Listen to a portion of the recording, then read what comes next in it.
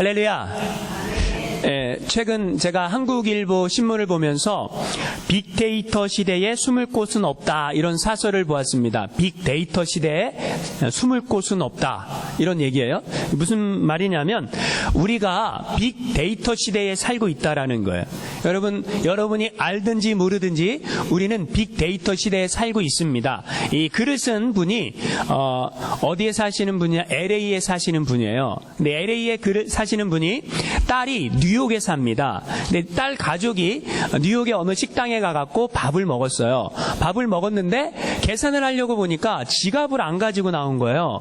그럼 어떻게 해야 됩니까? 그래서 LA에 살고 있는 엄마한테 전화를 했습니다. 엄마, 나 지갑을 안 갖고 왔는데 카드 번호 좀 불러주세요. 그랬어요. 왜요? 카드 번호를 주면 결제를 할 수 있지 않습니까? 그래서 엄마가 카드 번호를 줬어요. 그랬는데 결제가 안 된 거예요. 이 카드는 사용할 수 없습니다라고 나온 거예요. 깜짝 놀랐죠. 그래서 결제가 안 된다. 그래서 이 엄마가 알아보니까, 카드 회사에 들어가 보니까 당신의 카드는 잠깐 사용이 정지되었습니다. 이메일을 열어보니까 이메일에 누군가 당신의 카드를 사용하고 있으니까 한번 확인해 보십시오 라고 메일이 띈 거예요. 그러니까 여러분, 이런 얘기를 딱 들으면 이야, 대단하다.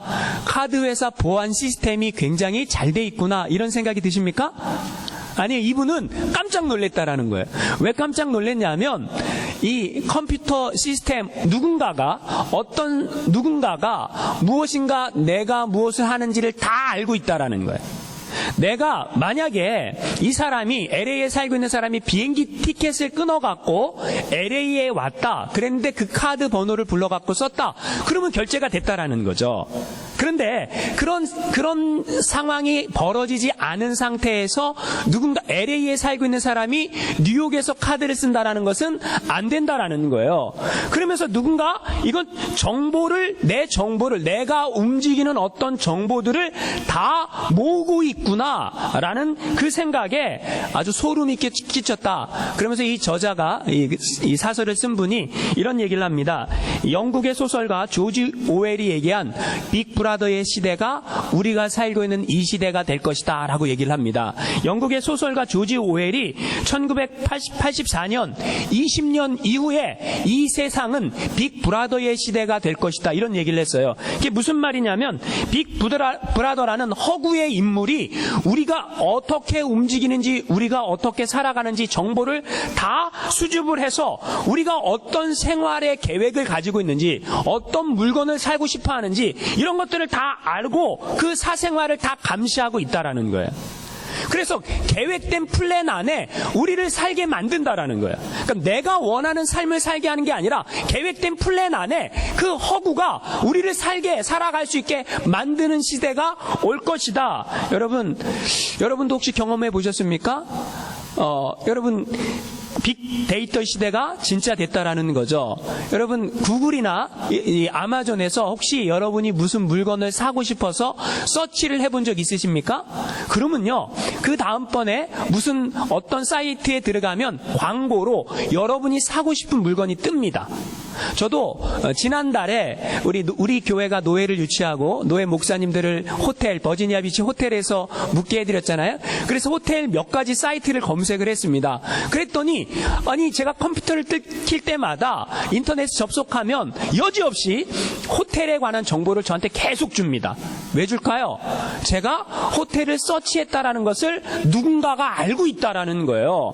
무서운 시대 아닙니까? 여러분, 오늘날 우리가 어디에 관심을 가지고 있고 무엇을 사고 싶어하고 어디로 가는지 우리도 알지 못하는 이 시대에 누군가가 그 정보를 다 수집을 하고 있고, 그래서 우리를 그렇게 만들어가고 있다라는 거예요. 여러분, 옛날에는 참 정보가 이렇게 빨리빨리 안 돌았습니다. 지금 여러분, 우리가 알고 있는 정보의 90%는 최근 2년 사이에 만들어진 정보라고 합니다. 과거에 미국에서 영국으로 호주에서 영국으로 편지를 보내려면 6개월이 걸렸어요. 150년 전에 동부에서 서부로 편지를 보내려면 몇 개월이 걸렸습니다. 그런데 이제는 항공우편이라는 게 생겨갖고 한국에서 미국으로 편지를 보내거나 미국에서 한국으로 편지를 보낼 때 빨리 받으면 3일, 4일이면 받는 시대가 됐다라는 거예요. 아니요. 그거보다 더 빨라졌습니다. 무슨 말입니까? 지금은 카톡이라는 게 생겼어요. 여러분 카톡 혹시 쓰시는지 모르겠는데 그 카톡이라는 것을 사용하면 내가 편지를 보내는데 1초도 걸리지 않습니다. 그렇죠? 근데 여러분 이 우리가 막 보내는 이 데이터가 어디엔가는 수집이 되고 있다는 걸 혹시 아십니까? 어디엔가는 내가 지금 누군가에게 데이터를 보내고 누군가에게 편지를 받고 하는 이 모든 나의 활동의 이 범위들이 누군가에게는 다 수집이 되고 있다라는 거죠. 제일 많이 수집하는 데가 어디요? 구글이죠, 구글. 여러분 근데 신기한 것은 중국에 가면 중국은 모든 인터넷, 모든 이메일 다 검색해요. 그래서 중국에 가면 구글은 사용 못합니다. 혹시 아십니까? 제가 일전에도 중국에 갔었는데 중국에서 구글 이메일은 안 열려요. 왜 그러냐? 구글은 자기네만 정보를 갖고 있길 원하지 중국 정부한테 자기네 정보를 주기를 원하지 않아요. 그래서 중국은 구글을 사용할 수가 없습니다. 여러분, 자, 제가 지금 무슨 얘기를 했습니까? 빅데이터라는 얘기를 했어요. 빅데이터. 우리가 살고 있는 이 시대 속에 우리가 움직이는 것. 여러분 핸드폰 갖고 다니죠? 그거를 내 위치 이렇게 열어놓으면 여러분이 다니는 곳이 어딘지 그 핸드폰 안에 다 저장이 돼요. 내가 어디로 움직였는지 무엇을 했는지 다 저장이 된다라는 거예요. 빅데이터의 시대에 살고 있다라는 거죠. 근데 제가 이 글을 읽으면서 문득 이런 생각이 들었어요. 인간의 기술이 굉장히 발전했구나. 그런데 인간보다 더 뛰어난 하나님이 여러분 우리를 어떻게 보실까? 여러분 최근에는 자동차에도 블랙박스라는 걸 달아갖고 움직이는 데마다 다 찍을 수 있어요. 그렇죠? 여러분 가게에도 비디오 카메라를 달아갖고 누가 들어오고 나가는지 24시간 다 녹화를 하고 있습니다. 그런데 하나님은 어떠실까? 하나님은 어떠실까요? 무슨 생각이 드십니까? 여러분 우리가 무슨 생각을 하고 있는지 인간들도 뭐예요? 정보를 수집해갖고 그것을 계획해갖고 서비스를 주는 시대에 살고 있는데 하나님이 우리가 무슨 생각을 하고 있는지 우리가 어떤 행동을 하고 있는지 우리가 어떻게 움직이는지 아실까요? 모르실까요? 하나님은 우리의 관심이 무엇인지 하나님은 우리의 생각이 무엇인지 모든 걸 다 알고 계시다라는 거예요. 할렐루야. 근데 여러분 우리의 문제가 뭔지 아십니까? 우리의 문제는 다른 게 문제가 아니라 내가 신앙인으로 하나님 앞에 살아갈 때는 하나님이 제발 나를 주목해서 봐주셨으면 좋겠다 이렇게 생각을 해요. 내가 선한 일을 행한다든지 내가 기도를 한다든지 이렇게 예배를 드린다든지 그러면 하나님이 이 모든 걸 좀 기억해 줬으면 좋겠다 이렇게 생각을 하고 내가 혹시나 나쁜 생각을 하고 내가 나쁜 데 가고 나쁜 짓을 할 때는 하나님이 어떻게 했으면 좋겠어요? 눈 감아 주셨으면 좋겠다 이렇게 생각을 한다라는 거죠. 그런데 여러분 진짜 신앙인은 누구냐? 다른 게 아니라 하나님 앞에서 살아가는 거예요. 내가 생각하는 것도 말하는 것도 행동하는 것도 하나님이 나를 지금 보고 계신다라고 살아가는 것 그게 진짜 신앙인이지 그렇게 살지 않으면 진짜 신앙인의 삶이라 말할 수 없다라는 거죠. 저는 오늘 여러분과 요셉이라는 사람에 대해서 하나님의 말씀을 나누려고 합니다. 여러분 요셉 그러면 여러분 무슨 생각이 드십니까? 그 꿈쟁이 이렇게 생각이 드십니까? 여러분 요셉은 꿈쟁이가 맞습니다. 그러면 요셉의 인생은 어땠느냐라고 묻는다면 여러분 뭐라고 대답하시겠습니까? 요셉의 인생을 한마디로 표현하라. 그러면 요셉의 인생은 형통한 인생이었다. 이렇게 평가할 수 있다라는 거예요. 자, 제가 지금 뭐라고 얘기했습니까? 요셉의 인생이 어떤 인생이요? 형통한 인생이다. 할렐루야. 여러분 요셉은요 17살에 꿈을 꾸고 팔려갑니다. 요셉이 꾸었던 꿈이 어떤 꿈입니까? 하늘의 해와 달과 11별이 요셉에게 절하는 꿈을 꾸었습니다. 그럼 여러분 꿈을 꾼 것을 좀 자랑을 안 했으면 괜찮았을 텐데 꿈꾼 게 너무 좋아서 요셉이 자랑을 합니다. 누구한테 자랑을 합니까? 자기의 형들에게 10명의 형이 있고 1명의 동생이 있는데 10명의 형들에게 자랑을 했죠. 엄마는 안 계시고 다른 엄마들에게 아버지에게 자랑을 했죠. 그랬는데 여러분 그것 때문에 요셉은 미움을 받게 됩니다. 자, 요셉이 왜 미움을 받게 됩니까? 다른 게 아니에요. 요셉이 엄마는 살아있어요? 죽었습니까? 요셉이 엄마는 죽었습니다. 야곱에게는, 요셉의 아버지는 야곱이죠. 야곱에게는 4명의 부인이 있어요. 레아, 라헬, 비라, 실바 이렇게 있는데 라헬이라는 야곱이 제일 사랑했던 부인은 베냐민을 낳으면서 죽습니다. 요셉의 동생인 베냐민을 낳으면서 죽습니다. 그러니까 요셉은요, 다른 형제들은 엄마가 다 있어요. 요셉과 베냐민은 엄마가 있습니까? 예, 엄마가 있기는 있는데 친엄마가 아니에요. 형들의 엄마일 뿐이죠. 근데 엄마가 없기 때문에 야곱은 요셉을 너무너무 더 귀하게 여기고 사랑해서 그에게 좋은 옷을 입혔습니다. 근데 그게 시기가 되는 거죠. 안 그래도 형들 눈에는 요셉이 보기 싫은데 요셉이 어떤 꿈까지 꿨습니까? 아주 휘황찬란한 꿈을 꿨기 때문에 요셉을 죽이고 싶었어요. 요셉을 미워했어요. 그러던 어느 날 요셉이 아버지의 심부름으로 형들에게 도시락 배달을 갑니다. 참 다윗도 도시락 배달을 갔는데 요셉도 도시락 배달을 갔어요. 지난주에 다윗 도시락 배달 간 거 아시죠? 생각을 안 나십니까? 한 주 만에 다 잊어버리셨습니까? 예, 요셉도 도시락 배달 갔다가 형들에 의해서 어떻게 합니까? 팔려지게 됩니다. 어떤 사람은 죽이자 그랬어요. 어떤 형들은. 근데 요셉이 팔려가게 됩니다. 애굽으로 내려가는 미디안 상인들에 의해서 요셉은 애굽으로 팔려가게 됩니다. 그렇죠? 여러분, 그런데 성경은 그것을 어떻게 평가하느냐? 요셉이 애굽에 내려갔기 때문에 애굽에서 뭐가 된 거예요? 총리가 됐다. 그래서 요셉의 인생이 어떤 인생이다? 형통한 인생이 되었다라고 얘기한다라는 거예요. 자, 여러분, 요셉이 어떤 사람일까요? 자, 요셉은요, 형통한 사람이었습니다. 자, 오늘 본문 2절 말씀 우리 같이 한번 읽어보겠습니다. 2절 시작. 여호와께서 요셉과 함께 하심으로 그가 형통한 자가 되어 그의 주인 애굽 사람의 집에 있으니, 여러분 39장 창세기 39장에 보면 형통한 자라는 말이 2절에도 나오고 3절에도 나오고 23절에도 나와요. 우리는 찬송가 나의 갈 길 다가도록 예수 인도하시니 무슨 일을 만나든지 만사 형통하겠네. 할렐루야. 혹시 기억나십니까? 이런 찬송가? 나의 갈 길 나가도록 예수 인도하시니 무슨 일을 만나든지 만사 형통하겠네. 여러분, 형통한 게 좋습니까? 불통한 게 좋습니까? 형통한 게 좋다라는 거죠. 그런데 우리가 생각하는 형통과 성경이 말하는 형통에는 차이가 있다라는 거죠. 자, 성경이 말하는 형통에는 3가지 의미가 있습니다. 첫 번째, 형통하다라고 말했을 때 원어는 히브리어 자라크입니다. 자라크는 어떤 뜻이냐? 장애물이 있지만 뛰어넘는다, 건너간다, 이런 뜻이에요. 자, 뭐라고요? 장애물이 있지만 뛰어넘는다, 건너간다. 장애물이 있어도 뛰어넘고 건너가는 게 뭐라는 거예요? 형통하다라고 말한다라는 거죠. 성경을 보면 다니엘이라는 사람이 나옵니다. 그러면 그는 왕족 출신이었어요. 그런데 여러분, 바벨론의 포로로 잡혀갑니다. 바벨론의 포로로 잡혀가지만 다니엘은 거기에서 인정을 받게 됩니다. 그래서 총리가 됩니다. 총리가 되지만 그는 사자굴에 들어갑니다. 사자굴에 들어가지만 그는 죽지 않고 살아나서 또 다른 나라의 총리가 됩니다. 할렐루야. 여러분, 그래서 다니엘의 인생은 형통한 거예요. 문제가 있지만 문제를 뛰어넘어 건너가는 인생, 그것이 형통한 인생이다 라고 성경은 말하고 있다라는 거예요.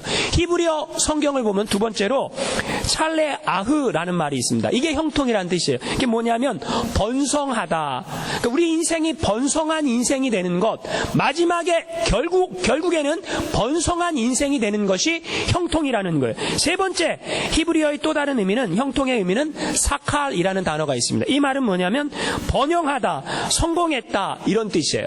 여러분, 자, 생각해 보세요. 세상 사람들이 말하는 형통은 무엇입니까?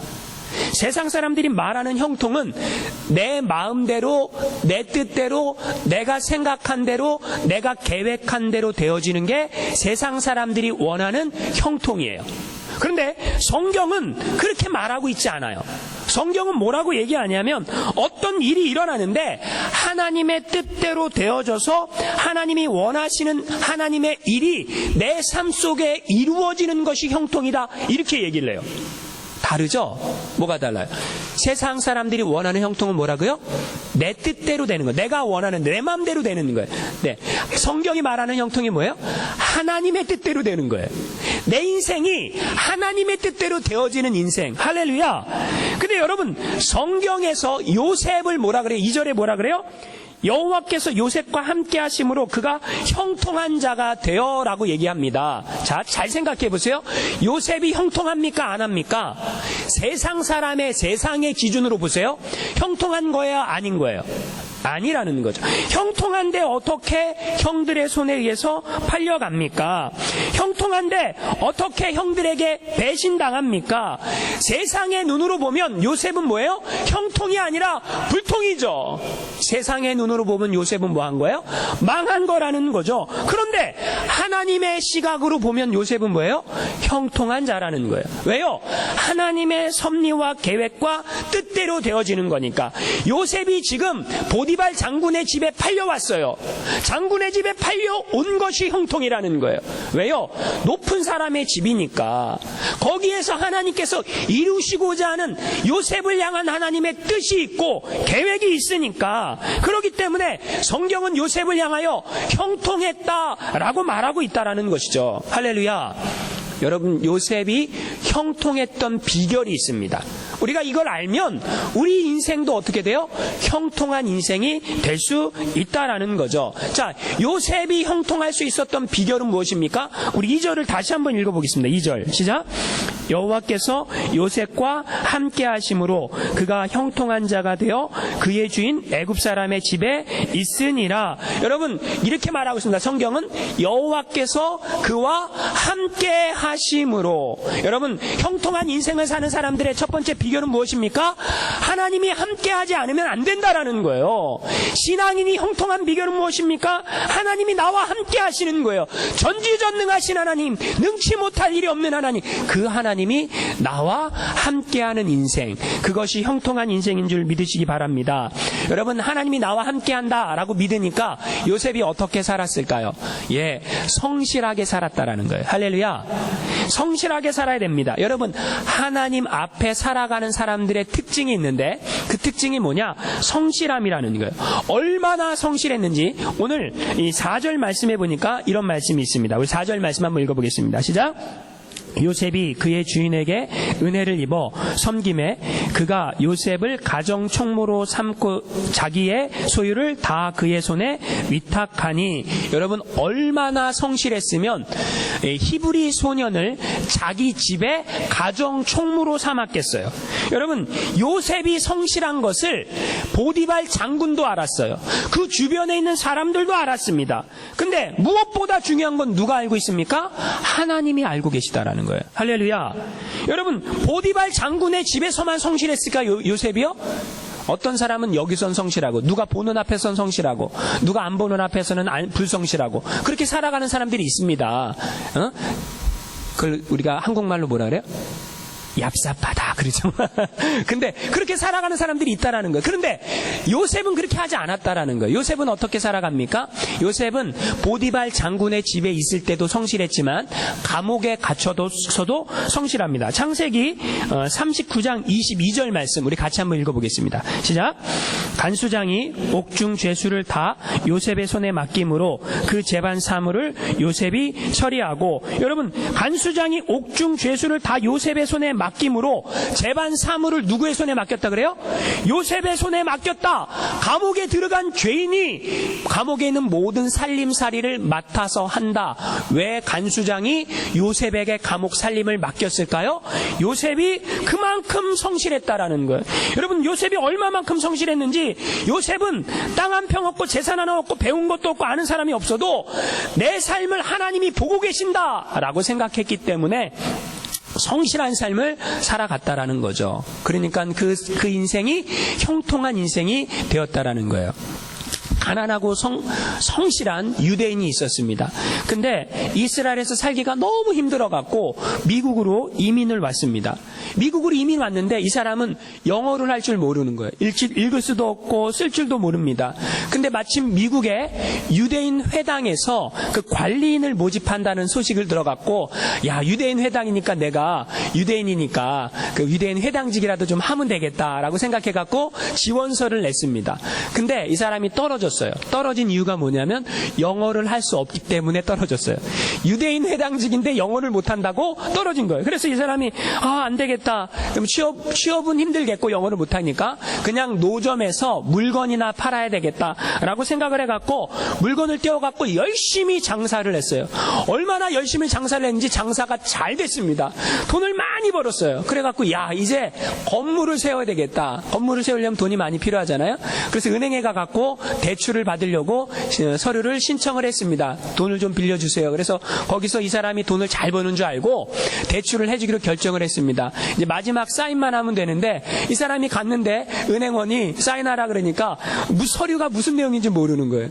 무슨 내용인지 모르고 어디다 사인해야 될지 모르니까 은행원이 깜짝 놀랐어요. 아니, 당신은 영어를 읽지도 못하고 쓰지도 못했는데 어떻게 이렇게 돈을 많이 벌었는지, 당신이 만약에 영어를 할 줄 알았더라면 더 큰 성공을 하셨을 겁니다. 이렇게 얘기를 했어요. 그래서 이 사람이 이렇게 대답을 합니다. 만약에 제가 영어를 할 줄 알았으면 유대인 회당 관리원이 되었을 것입니다. 이렇게 얘기했다고 합니다. 무슨 말인지 아십니까? 여러분, 사람이요, 어디를 가든지 성실하기만 하면 다 인정받게 된다라는 거예요. 그런데 하나님이 나를 보고 계신다라고 믿는 사람은 성실합니다. 하나님이 나를 보고 계신다라고 안 믿는 사람은 불성실해요. 왜요? 사람 앞에서 살려고 하니까. 내가 하나님 앞에 살아가는가, 사람 앞에 살아가는가, 여러분이 결정하는 거예요. 근데 그것은요, 하나님도 아시고 사람도 알게 됩니다. 여러분 기억하시기 바랍니다. 자, 요셉이 형통한 삶을 살게 된 비결 두 번째가 뭐냐? 요셉은요, 항상 하나님 중심적인 삶을 살았다라는 거예요. 부산에 가면 어느 장로님네 가정에 액자가 걸려 있는데 그 장로님네 가훈이 있어요. 가훈이 뭐냐면 먼저 하나님이에요. 뭐라고요? 먼저 하나님. 영어로 뭐예요? First God. 먼저 하나님. 나는 내 인생에 있어서 언제나 하나님을 먼저 생각하겠습니다. 할렐루야. 여러분, 하나님을 먼저 생각하십니까? 그럼 아멘 하셔야 되는데. 여러분은 제가 신앙생활 하면서 무슨 생각이 들었냐면, 우리 신앙생활하는 사람들의 작은 문제라고 생각을 해요. 문제가 작은 문제인데 그게 뭐냐면, 여러분, 하나님이 여러분이 인생 가운데 위급한 일이 생기고 어려운 일이 생기고 그러면 하나님이 열 일을 다 제쳐놓고 나한테 먼저 찾아와 주길 원하십니까? 아멘을 안 하신대. 하나님 안 도와줘도 괜찮아요? 여러분, 내 인생 가운데 정말 고난이 오고 어려움이 오고 위기가 왔을 때 하나님이 나를 먼저 찾아와 주셨으면 좋겠어요? 옆집 순이 엄마를 먼저 찾아가 줬으면 좋겠어요? 나를 먼저 찾아와 주셨으면 좋겠죠? 그렇죠? 그러면 여러분은 여러분의 인생 가운데 나의 하나님이 제일 먼저입니다, 최고입니다, 이렇게 생각하고 살아가십니까? 아니면 내 바쁜 일, 내가 하고 싶은 일, 내가 해야 될 일, 그걸 먼저 하고 그 다음 하나님을 생각하십니까? 우리의 신앙의 작은 문제는 다른 게 아니에요. 나를 향해서 하나님이 제일 먼저 나를 여겨주셨으면 좋겠다라는 마음이 있는데, 나는 하나님을 향해서 언제나 하나님은 몇 등이에요? 2등, 3등, 4등, 5등, 어떤 사람은 10등이에요. 하나님은 항상 10등이야. 나한테는 항상 1등이 되어주셨으면 좋겠으면서. 그게 문제라는 거죠. 여러분, 하나님이 먼저다라고 생각하는 사람은요, 삶의 자세가 다릅니다. 어떻게 살아갑니까? 하나님이 먼저인 사람은 하나님 먼저 이 자세로 살아간다라는 거예요. 할렐루야. 여러분, 지금 요셉의 신앙의 자세는 뭐냐면 먼저 하나님이에요. 먼저 하나님. 요셉은 잘생겼지 않습니까? 성경에 보니까 그렇게 나와 있어요. 요셉은 훤칠해요. 젊어요. 근데 요셉이 보디발 장군의 집에서 일하는데 장군의 부인이 있었습니다. 이 보디발 장군의 부인 이름이 안 나와요. 근데 이 부인이 아내죠. 장군의 아내가 요셉을 꼬드깁니다. 세상 여자들은 다 이루고 살아요. 아시죠? 여러분, 어떻게 꼬시냐면, 자, 보세요. 창세기 39장 7절 말씀 한번 읽어보겠습니다. 시작. 그 후에 그의 주인의 아내가 요셉에게 눈짓하다가 동침하기를 청하니, 주인의 아내면 누구예요? 주인의, 보디발 장군의 아내다. 주인의 아내면 주인 마님이죠. 주인 마님. 요셉은 뭐예요? 노예. 노예는 당시에 인권이 없어요. 나의 주장이 없습니다. 내가 원하는 대로 해달라고 할 수가 없어요. 주인이 말하면 그대로 순종해야 돼요. 주인 마님이 원하면 그대로 해줘야 돼요. 그렇죠? 그래야 됩니까? 안 그래야 됩니까? 그렇게 안 했다간 죽어요. 그런데 여러분, 요셉이 어떻게 생각을 했습니까? 이렇게 대답을 합니다. 그냥 이 주인 마님이 요셉을 유혹하니까 요셉이 대답한 말이 성경에 39장 9절에 이렇게 나와 있어요. 한번 같이 읽어보겠습니다. 39장 9절 시작. 이 집에는 나보다 큰 이가 없으며 주인이 아무것도 내게 금하지 아니하였어도 금한 것은 당신뿐이니 당신은 그의 아내임이라. 그런즉 내가 어찌 이 큰 악을 행하여 하나님께 죄를 지으리이까. 여러분, 여기서 굉장히 중요한 말을 요셉이 합니다. 우리는 그냥 이렇게 읽고 마는데 제가 지금 빨간색으로 뭐라고 어디다가 해놨어요. 근데 이상하죠. 뭐가 이상합니까? 자, 지금 요셉이 이렇게 말을 해야 돼요. 정상적인 사람들의 말이라면, 주인이 나에게 다 맡겼어도 금한 것은 당신뿐 아닙니까? 내가 어찌 이 큰 악을 내 주인 보디발 장군에게 범하리이까? 이렇게 얘기해야 돼요. 그렇습니까? 안 그렇습니까? 무슨 말인지 이해가 안 되세요? 이해가 되세요? 예, 지금 요셉이 뭐라고 얘기해야 되냐면, 내가 어찌 이 큰 악을 나의 주인 보디발 장군에게 행하리이까? 라고 얘기를 해야지 정상이죠. 왜요? 장군의 부인이니까. 그런데 요셉이 지금 뭐라고 얘기합니까? 이 큰 악을 누구한테 범해요? 하나님께 범하리이까. 지금 요셉의 포인트, 관심사가 어디에 있습니까? 하나님이라는 거예요. 내 목이 떨어져도, 내가 죽는다 할지라도 나는 뭐예요? 하나님 앞에 있다. 여러분, 이게 요셉의 신앙이라는 거예요. 여러분, 하나님이 나를 보고 계신다. 내가 하나님 앞에서 이 죄를 범하지 않겠다. 이런 결단과 각오가 있으십니까? 이게 중요하다라는 거죠. 여러분, 창세기 40장에도 요셉이 감옥에 갇혔을 때 이야기가 나옵니다. 바로의 신하였던 술 맡은 관원장과 떡 맡은 관원장이 감옥에 들어왔는데 꿈을 꿔요. 꿈을 꿨는데 다른 꿈을 꿉니다. 근데 그 꿈을 꾸고 이 사람들이 고민을 하니까 요셉이 그들에게 뭐라고 얘기합니까? 창세기 40장 8절 말씀 우리 같이 한번 읽어보겠습니다. 시작. 그들이 그에게 이르되 우리가 꿈은 꾸었으나 이를 해석할 자가 없도다. 요셉이 그들에게 이르되 해석은 하나님께 있지 아니하니까 청하건대 내게 이르소서. 지금 해석은 어디에 있다 그래요?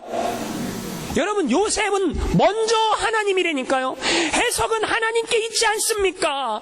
내 삶의, 내 중심의 최고의 먼저는 누구입니까? 하나님. 먼저 하나님인 인생, 형통한 인생이 될 줄 믿으시기 바랍니다. 종수라는 학생이 있었어요. 이 가난한 학생인데 서울대 의과대학에 합격을 했어요. 서울대 의과대학에 합격하면 졸업하면 뭐가 되죠? 의사가 되는 거죠. 이 사람의 꿈이 있었어요. 내가 의사가 되면 봉급을 타갖고 정말 너무너무 가난하니까 어머니 속옷 한 벌 사드리고 어머니와 함께 돼지고기 실컷 먹는 게 이 사람의 꿈이었어요. 의과대학을 졸업을 하고 서울대 병원에 인턴으로 이제 취직을 했습니다. 첫 봉급을 탔어요. 너무너무 신났어요. 그래갖고 엄마한테 달려옵니다. 엄마한테 달려갖고 엄마 이 봉급을 어머니에게 드리면서 엄마 어제 첫 봉급 타왔어요. 우리 이제 고기 먹으러 가요. 누구나 다 그러고 싶지 않습니까? 제가 어머니 빨간 내복도 사드릴게요. 그랬겠죠? 그랬는데 어머니가 이렇게 얘기합니다. 종수야, 우리가 하나님 믿는데 기왕 믿을 바에 정말 잘 믿자. 지금까지도 가난해도 하나님의 은혜로 살았는데 앞으로도 하나님의 은혜로 살 거 아니냐? 우리 타협하지 말자. 이거 너가 받은 첫 번째 봉급이지? 예, 그럼 우리 천예물로 하나님께 드리자. 아깝습니까? 안 아깝습니까? 아까우면 드리면 안 돼요. 그럼 뺏기는 거니까. 근데 종수가 어떻게 합니까? 예, 어머니 그렇게 말씀하시는데 근데 그 11조만 내고 그냥 우리 고기 사 먹으면 안 될까요? 근데 엄마가 얘기합니다. 아니다. 우리 하나님 은혜로 사는 거 기왕 믿을 바 잘 믿자. 이렇게 얘기를 했어요. 그래서 종수가 첫 번째 그 봉급 받은 거 천예물로 하나님께 다 드렸어요. 할렐루야. 아멘 하는 사람은 첫 예물 드릴 수 있는 사람이고 아멘 안 하는 사람 드리기 싫은 분들이에요. 그죠? 드렸어요. 그런데 딱 보름이 지났는데 학장이 부르는 거예요. 학장이 불러갖고 뭐라 그럽니까? 의사고시를 봤는데 1등을 한 거예요. 종수가 1등을 한 거예요. 할렐루야. 1등을 해갖고 상금을 받았는데 봉급의 딱 2배. 할렐루야. 얼마나 감사합니까? 그래갖고 신나갖고 어머니 제가 의사고시 봤는데 1등 했습니다. 1등 받았는데 너무너무 감사하게 하나님이 첫 예물 드렸다고 2배 주셨어요. 2배. 그래갖고 여러분 이거 어떻게 해요? 어머니한테 딱 드렸더니 어머니가 뭐라 그러셨을까요? 정수야 너 지금까지 상금 타본 적 있니? 상금 타본 적 있어? 아니요. 첫 번째인데요. 이거 첫 예물로 하나님께 드리자. 첫 예물로 하나님께 드리면 하나님께서 너무너무 기뻐하실 것이다. 우리 이거 갖고 있다가 시험 들지 모르니까 내일 아침 새벽 기도 가갖고 바로 드리자. 그래갖고 그 다음날 아침에 새벽 기도 엄마 손 붙잡고 교회 가갖고 첫 예물로 뭐예요? 하나님 앞에 드렸어요. 할렐루야. 여러분 이 새벽 예배 드리고 이렇게 하나님 앞에 첫 예물 드렸고 이렇게 하나님 앞에 귀한 신앙의 삶을 살았던 이분이 혹시 누군지 아십니까? 예, 원종수 권사님. 지금은 목사님이 되셨더라고요. 이분이 한국이 낳은 세계적인 암 전문의가 됐어요. 세계적인 암 전문의. 그래서 지금 미국의 디트로이트에 그쪽에 사시죠. 그러면서 암병원, 전 세계가 알아주는 암 전문의로 하나님 앞에 쓰임 받고 있는 원종수 목사님이라는 이야기입니다. 여러분은 먼저 하나님이십니까? 하나님은 나에게 5등, 10등, 15등, 20등 꼴등이십니까? 먼저 하나님인 인생이 어떻게 살아갑니까? 예, 형통한 인생을 살아가게 될 줄 믿으시기 바랍니다. 여러분, 요셉이 형통하게 된 비결 세 번째가 있습니다. 그것은 무엇이냐? 내게 주신 하나님의 꿈이 이루어질 줄 요셉은 믿었다라는 거예요. 하나님께서 요셉에게 꿈을 주십니다. 나는 먼저 언제나 하나님이 먼저예요. 근데 그 꿈을 꾸었기 때문에 요셉은 팔려왔어요. 그런데 팔려왔지만 요셉은 단 한 번도 하나님이 내게 주신 꿈을 잊고 산 적이 없습니다. 더 감사한 것은 무엇입니까? 요셉은요, 꿈을 해석하는 능력도 있었다라는 거예요. 꿈을 해석하는 능력을 갖추고 있었다라는 거예요. 이게 왜 중요합니까? 꿈을 해석하는 능력이 있다는 게 왜 중요합니까? 자기 꿈도 해석할 수 있는 거예요. 요셉이 꿈을 꿨는데 누구의 꿈을 해석해 줍니까? 감옥에서 술 맡은 관원장과 떡 굽는 관원장의 바로의 제일 높은 옆에서 시중드는 그 사람들의 꿈을 해석을 해줍니다. 그래서 술 맡은 관원장은 복직이 되고 떡 맡은 관원장은 죽임을 당하게 됩니다. 그렇죠? 이게 성경의 이야기예요. 다 얘기해 줄 수는 없지만 여러분 성경을 읽어보세요. 그랬는데 요셉이 술 맡은 관원장에게 복직되면 나를 좀 기억해 주세요 라고 얘기를 했어요. 기억했을까요? 입 싹 닫고 있었을까요? 입을 싹 닫고 있어요. 근데 하나님이 기억나게 만드십니다. 그것을 창세기 41장 1절에 이렇게 기록하고 있습니다. 한번 같이 읽어보겠습니다. 시작. 만 2년 후에 바로가 꿈을 꾼즉 자기가 나일 강가에 서 있는데, 여러분 요셉은 술 맡은 관원장의 꿈을 해석해주고 어쩌면 나도 나갈 수 있을지 모른다라는 꿈을 가지고 있었는지 몰라요. 근데 술 맡은 관원장이 완전 까마득하게 잊어버리고 있었는데 2년 후에 바로가 꿈을 꿉니다. 여러분 바로가 꿈을 꾸는데 그 꿈을 누가 해석할 수 있어요? 아무도 해석을 못하는 거예요. 아무도 해석 못하는데 술 맡은 관원장이 누구를 생각해냅니까? 감옥에 갇혀있는 요셉을 생각해낸다라는 거죠. 요셉을 생각해내서 어떻게 합니까? 예, 요셉을 불러온다라는 거죠. 여러분 요셉이 감옥에 갇혀 있어도 하나님과 형통한 사람이에요. 할렐루야. 하나님과 함께하는 사람, 형통한 사람이라는 거예요. 그는 단 한 번도 하나님이 내게 주신 꿈을 이루지 않을 거라는 생각을 해보지 않았다라는 거예요. 하나님은 분명히 이루실 것이라고 믿고 살고 있었다라는 거예요. 그리고 요셉이 바로 앞에 섭니다. 바로 앞에 서서 요셉이 바로가 꾼 꿈을 다 해석해버립니다. 해석만 하는 게 아니라 앞으로 되어질 일까지 이렇게 준비해야 합니다 라고 이야기를 합니다. 그러니까 무슨 얘기입니까? 7년 동안 풍년이 있고 그 7년 풍년이 끝난 다음에 7년 흉년이 있는데 그 흉년 때는 앞에 7년 풍년을 기억하지 못할 정도로 큰 흉년이 오니까 대비해서 창고를 짓고 곡식을 쌓아놔야 된다. 뭐 이런 얘기를 한 거죠. 그런데 이 요셉의 꿈을 해석하고 한 이야기를 바로가 듣고 놀라 자빠질 뻔했어요. 왜요? 세상에 이런 사람이 지금 어디에 있었어요? 감옥에 갇혀 있다니. 그래서 바로가 뭐라고 얘기합니까? 창세기 41장 39절에서 40절 말씀 한번 같이 읽어보겠습니다. 시작. 요셉에게 이르되 하나님이 이 모든 것을 내게 보이셨으니 너와 같이 명철하고 지혜 있는 자가 없도다. 너는 내 집을 다스리라. 내 백성이 다 내 명령에 복종하리니 내가 너보다 높은 것은 내 왕자뿐이라. 여러분, 지금 요셉이 지금까지 뭐 했어요? 애굽에 와갖고 13년 30살 되기 전까지는 뭐 했습니까? 노예로 살았어요. 그리고 한 3년 정도는 감옥에 살았어요. 그런데 여러분 30살이 되자, 하나님의 때가 되자 어떻게 됩니까? 하루아침에 옥에 갇혀있는 죄수에서 뭐가 된 겁니까? 총리가 되었다라는 거죠. 할렐루야. 여러분, 하나님이요, 하나님의 꿈을 이루어 가시는데 어떻게 이루어 가십니까? 우리가 생각하는 형통대로 이루어 가지 않으세요. 우리는 어떤 형통을 원해요? 그냥 아무런 문제 없이 술술술술술 다 풀리는 걸 원해요. 내리막길만 있는 걸 원해요. 근데 성경이 말하는 형통은 뭐라고요? 그게 형통이 아니라는 거예요. 인생 가운데 위기가 오고 고난이 오고 어려움이 오고 그래도 내가 하나님 앞에 살아갑니다. 나는 하나님 중심적인 삶을 살겠습니다. 나는 하나님만 붙잡고 살겠습니다. 그랬더니 그 위기를 넘어서는 거예요. 그 위기를 넘어서 하나님이 베풀어 주시는 그 은혜로 들어가는 거예요. 그것이 형통이다라는 거예요. 할렐루야. 여러분, 지금까지 요셉은 죄수로 있었지만 하나님의 은혜가 임하자 총리가 되어 하나님 앞에 쓰임받게 됩니다. 여러분, 요셉만 그런 형통한 삶을 살아갈 수 있을까요? 아니라는 겁니다. 오늘 우리도 예수를 믿고 하나님을 최고로 여기며 먼저 하나님이라고 믿고 신앙생활하면 우리의 인생 가운데 요셉에게 임했던 하나님의 형통의 은혜가 충만히 임하게 될 줄 믿으시기 바랍니다. 여러분, 한국에서 가장 유명한 볼펜이 혹시 뭔지 아십니까? 모나미 153 볼펜이죠. 모나미 153 볼펜이 1963년 5월 1일 처음 만들어졌어요. 이 만들어진 이유가 있습니다. 이 모나미 회사의 송삼석 회장님의 이야기를 혹시 아십니까? 이 송삼석 회장님이 사진을 한번 띄워주세요. 이분이죠. 그러면 모나미 153 볼펜이 이렇게 생겼어요. 옛날에 우리가 다 한 번씩은 써봤지 않습니까? 그렇죠. 근데 이분이 꿈을 가지고 사업을 했는데 번번이 실패를 합니다. 예수를 믿는데 번번이 실패를 하는 거예요. 사업이 망할 부도 위기에 처하자 산에 올라갑니다. 그걸 하나님께 간절히 기도합니다. 하나님, 망하게 생겼습니다. 살려주세요. 살려주세요. 살려달라고 기도하는데 회개가 나왔어요.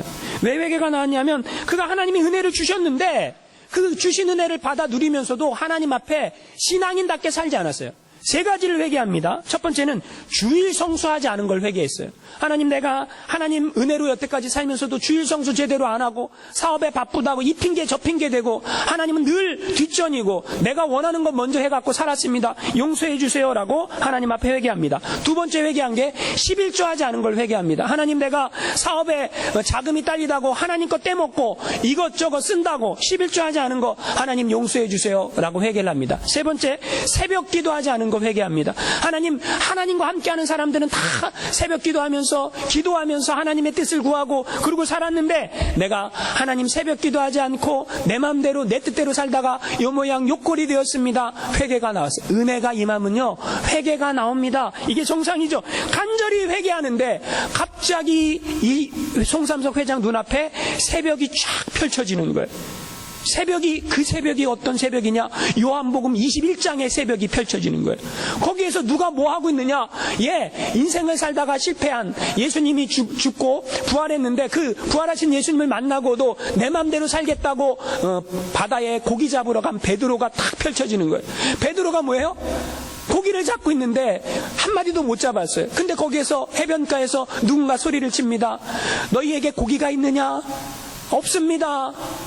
그물을 오른편에 던져라. 그러자 베드로가 그물을 오른편에 딱 던졌더니 건져 올리니까 몇 마리가 잡혔습니까? 153마리가 잡혔는데 그물이 찢어지지 아니하더라. 그게 쫙 펼쳐 보여지는 거예요. 할렐루야.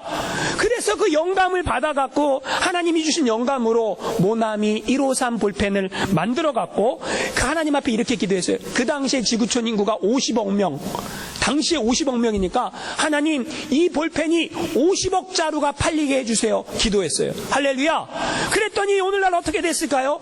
50억 자루 이상 팔리는 하나님의 은혜를 경험했다. 어떤 볼펜이요? 바로 저 볼펜이.